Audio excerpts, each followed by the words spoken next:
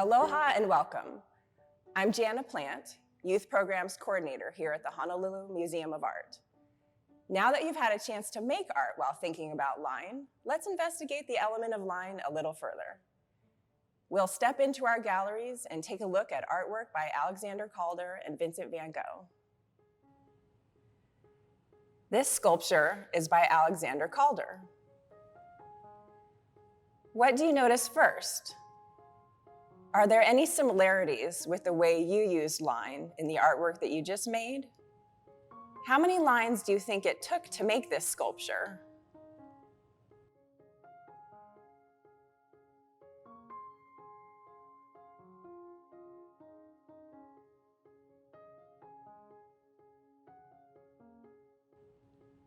Calder enjoyed observing motion in his work and eventually invented the mobile, also known as kinetic sculpture. This work is from early in his career, when he developed miniature circus dioramas and held elaborate performances. Contour lines follow the edges of forms, describing their outlines and expressions. Implied lines are invisible, but direct our attention.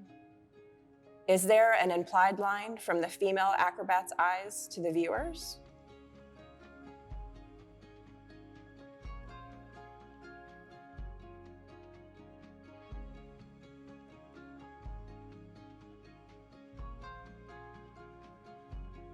Artists' ideas and use of line evolves over time. About 10 years later, Calder made this, object with yellow background. What do you notice about his use of line in this piece?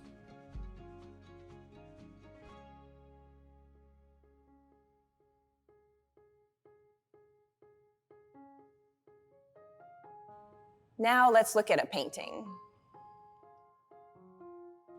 This is Vincent Van Gogh's Wheat Field, which belongs to the artist's Harvest series, a group of 10 paintings from the last half of June 1888, while he lived in a small country town in the south of France, next to the Rhone River.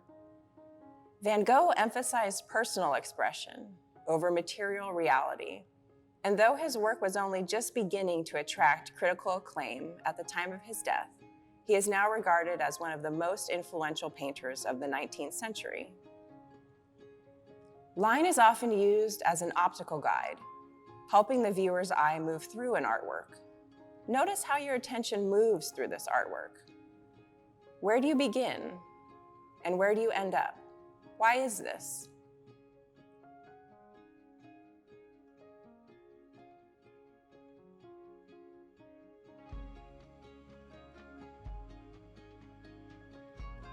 How many horizontal lines do you see? What are they telling you about the landscape as you move through the scene?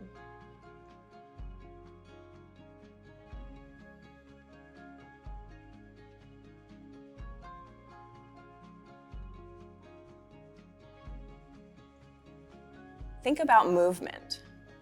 Where do you see movement happening? Why?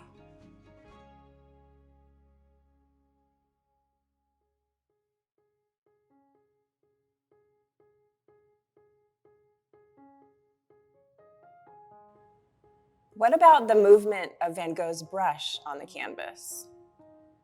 What do you think his movements were like when he painted this?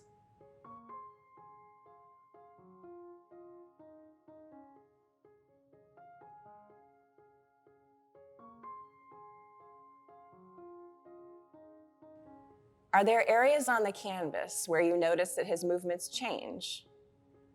What might Van Gogh be expressing by making these choices about line?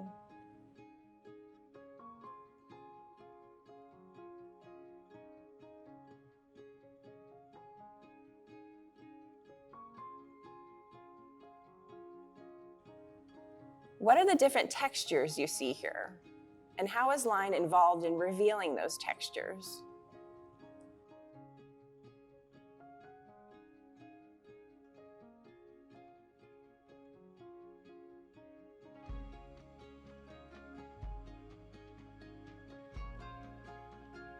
Thinking back to the artwork that you made with Janet during the Art and Practice video, Do you notice any similarities between Van Gogh's use of line and your own?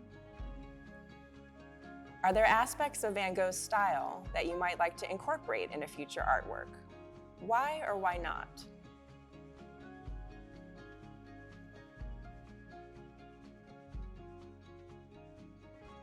Mahalo for joining us. We hope you enjoyed sharing quality time with the artwork today. The next time you're at the museum, check them out in person and watch for new discoveries that you might make. As you continue exploring the elements of art, be on the lookout for lines in action all around you, from your own artwork to designs on clothing, to lines that make up buildings and the landscapes that we call home.